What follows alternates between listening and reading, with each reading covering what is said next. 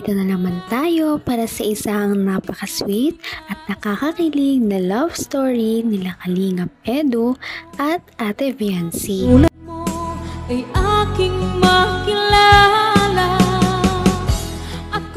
Para sa pagpapatuloy ng ating love story ay grabe at nagulat talaga ang lahat kay Kalingap Edu dahil may ginawa na naman siyang nagpakilig kay Ate Viancy sa Hong Kong. Ito ang pagpapatuloy ng kanilang mga kilig moments na nangyari sa kanilang Hong Kong trip. Noong nakaraan nating video ay makikita natin na sila ay naggagala dito sa Hong Kong at sobrang nag-enjoy si Ate Viancy sa mga magagandang pailaw. At noong umupo nga muna sila sandali ay biglang nagulat ang lahat dahil may binigay si Kalingap Edu kay Ate Viancy. Ano kaya iyon? Ito na at pagtatunghayan na ninyo ang pagpapatuloy ng kanilang kilig moments sa Hong Kong.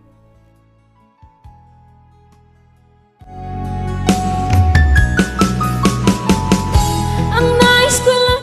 Ito ang pinakamahalaga.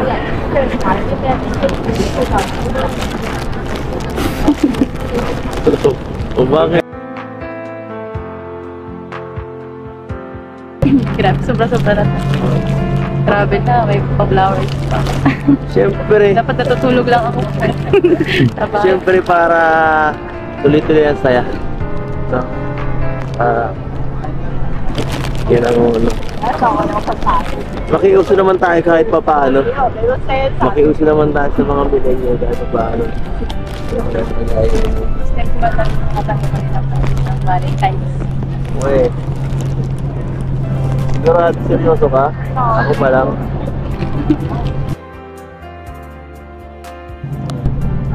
Bakit? Wala ba akong binigay last year? Wala. Baka nalimutan ko lang. Kaya di ako nakapagbigay. Alam mo, ito siguro ang pinakamagandang Valentine's Day sa buong buhay ko. Ako din siguro kasi nasa ibang bansa. Oo. Tapos kasama pa kita, no? Kaya doble ang saya. Itong mga ganitong bagay, na ano ko lang to eh. Nai-imagine ko lang to eh. Nai-imagine ko sa utak ko. No? Kasama mo yung taong mahal mo. Ano ka lang. Masaya lang. Kung ano ako'y tanggap mo na, hindi ka rin nag-aalilangan. Grabe talaga ang saya ni Ate Viancy dahil ito ang unang bouquet na kanyang natanggap sa ibang bansa. Kaya special talaga ito dahil nanggaling pa ito kay Kalingap Edu. Kaya grabe ang kanyang mga kilig at ngiti. Ano ka lang. Masaya lang. Nakatambay lang sa ano. So ganito, simpleng ano lang. Diba? Napaka-romantic. Napaka-special. Parang ikaw sa akin. Mahal na mahal.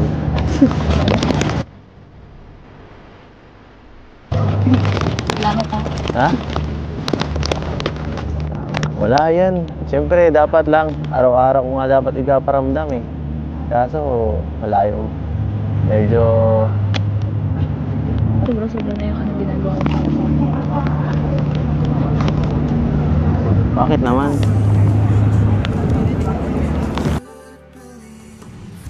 Kulang pa yan eh. Kasi ikaw, swerte ka sa buhay ko. Swerte ako. Swerte ka. Oo nga, seryoso yun. Nung dumating ka lalong gumanda. Lalong sumaya. Salamat sa'yo. Kaya, yan. Pinapahalagaan ko lang yun. Ikaw. Diba? Yan. Yan lang natin. Enjoy lang natin tong araw na to. Bihira lang tayo dito makapunta eh. Baka susunod na linggo. Naman ang bawat panaginip ko, ikaw lang ang tinig. San ka pa? Ano pa kaya ang hahanapin mo kay Kalingap Edu? Dahil napaka-sweet niya talagang tao at napaka-romantic. Dahil dyan, nafe-feel talaga ni Ate Viancy na sobrang special niyang babae at napaka-worth it talaga niya na maging manliligaw. Grabe. Unang araw pa lang. Sobrang saya na agad. Kumpleto na kumpleto na para sa akin itong travel na to. Kung makakauwi nga ako, okay lang eh. Okay na sa akin to. Masaya na. Hindi. Disneyland pa. Disneyland pa? Okay. Disneyland. Sa bagay. Sasamahan kita sa lahat ng rides na gusto mo dun. Malamig.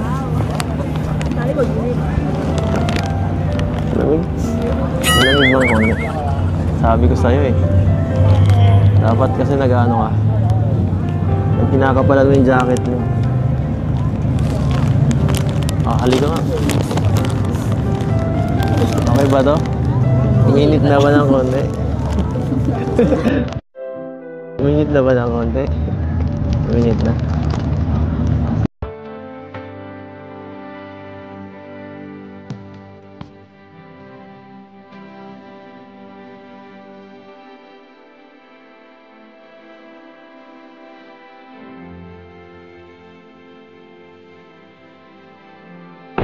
So ayun mga kalingap, and pauwi na po kami kasi bukas ay Disneyland po kami. Kailangan namin ng Hanggang wakas ay tayo ng dalawa.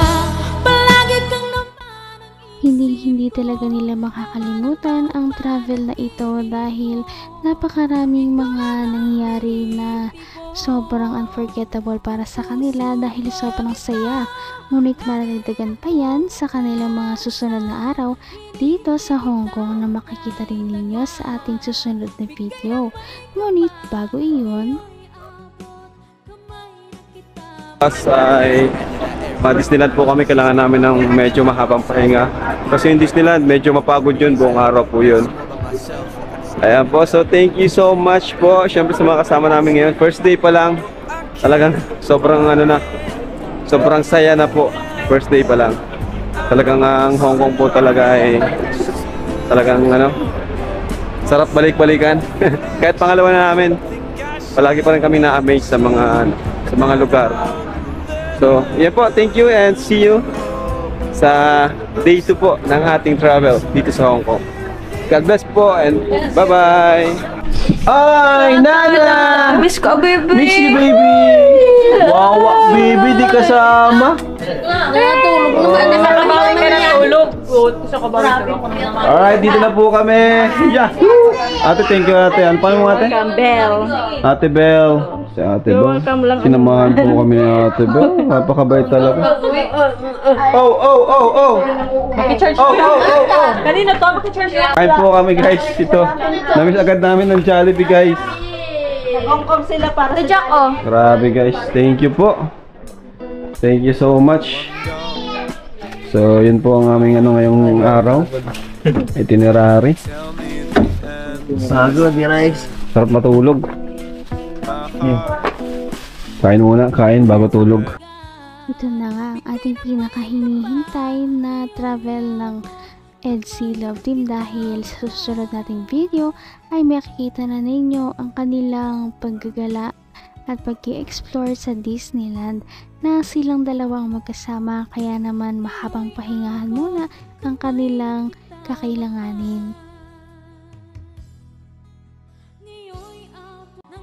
Napaka-sweet talaga nila at napakabait ng tambalang ito, kaya maraming sumusuporta. Kaya naman, sana ipatuloy natin silang suportahan at mahalin si Viancy, si Kalingap Edu at ang Kalingap Team. Yun lamang at maraming salamat sa panonood. Abangan natin kung magkakatuluyan ba talaga si Kalingap Edu at Viancy. Hanggang sa muli! Bye! Ngayon'y abot